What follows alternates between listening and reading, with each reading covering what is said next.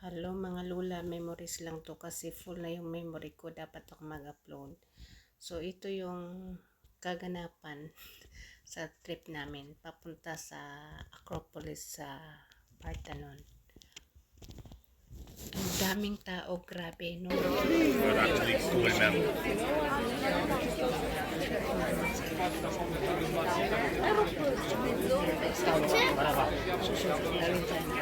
Facciamo magia.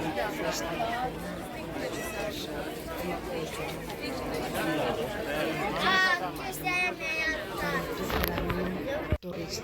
First time. Okay. Saksakan ng July yan. So habang mag-aantay ako mga palangga, pupunta mo muna ako sa Acros doon sa Acropolis. This is the Parthenon. Ay ito yung malayo siya. Pero kinuhaan ko lang yung video in case na wala akong access doon sa kabila. So ayan, itong bato na to, dito daw yung si St. Paul dati nung nagpunta siya dito sa Greece. Dito sa portion na to, may malaking bato. Kaya nandito kami sa top of the hill, yung bato na to. Diyan daw siya nag-message, nag-spread ng mga ng mga good na parang nag-in-spread niya yung Bible. So makikita mo dito yung Athens, pero hindi talaga katulad kung nasa taas ka sa This is the Parthenon. na talagang dito ka na sa top talaga na makita mo talaga yung whole Athens. Yan. So, eto na.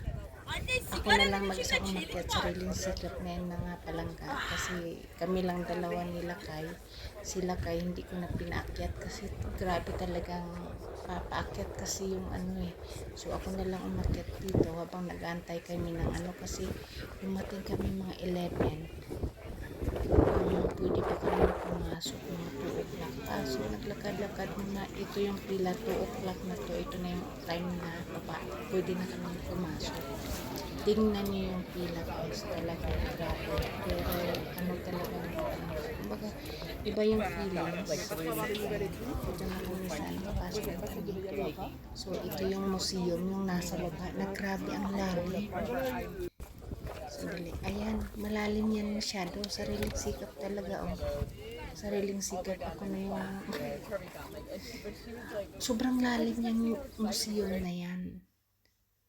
Saan na ba to? Paakyat na pala to sa Parthenon. Ito na yung mga mensahe na bahala na kayo mag-google.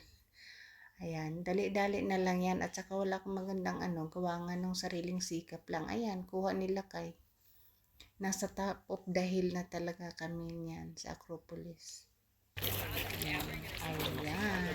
Ayan na talaga ang pinaka main talaga na tourist spot kaya sobrang dami. Diyan sa taas, kita nyo yung para ng mga sugar. Makikita mo yung buong Athens kasi pinakamataas na yun. Ayan, grabe yung Athens. Parang mga na lang siya makikita. Pero mga bayan, itong parang bundok. Ano ba yun Parang like Kabito daw yan na simbahan. Ang hirap talaga magsariling sikap. Yan yung Parthenon. Yan yung the best talaga na tourist spot yan. Yeah, I will. Sobrang daming tao. Tsaka parang hindi ko akalain na makarating pala ako dito sa buong buhay ko. Never in my wildest dream. Pero binigyan ako para makita ko. Ito yung mga ng Athens.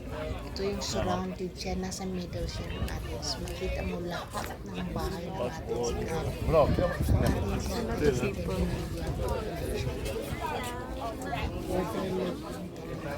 Grabe, amazing. Parang hindi mo nga akalain na makarating ka pala dyan. Tapos nandito yung Acropolis Museum, yung pinaka-itim. Overlooking din siya. Hindi na kami nakapunta kasi grabe ang hectic ng schedule namin. Ayan, sariling sikap para makita natin na nasa Acropolis ako. Ang hirap talaga magsariling sikap, promise. Pero amazing experience talaga. Sana yung Acropolis Museum dito. Ina-explain ng asawa ko guys, pero bahala na kayo mag-google. Ayan. Bahala na kayo mag-google, basta Acropolis Parthenon. Grabe, hindi ko alam kung ganun. Grabe ang tourist talaga, kahit mga disabled talaga. Talagang, alam mo yun, yan, pababa na kami. Para na kami mga zombie. Para na kami zombie na kasama. Take a video there because it's people moving. Saka yung Video now you mga lakad kami. Salamat sa pagpanood nyo guys at sana makarating din kayo rito. May experience. Kumusta? Maraming salamat sa mga That's okay. Salamat, pauwi na kami.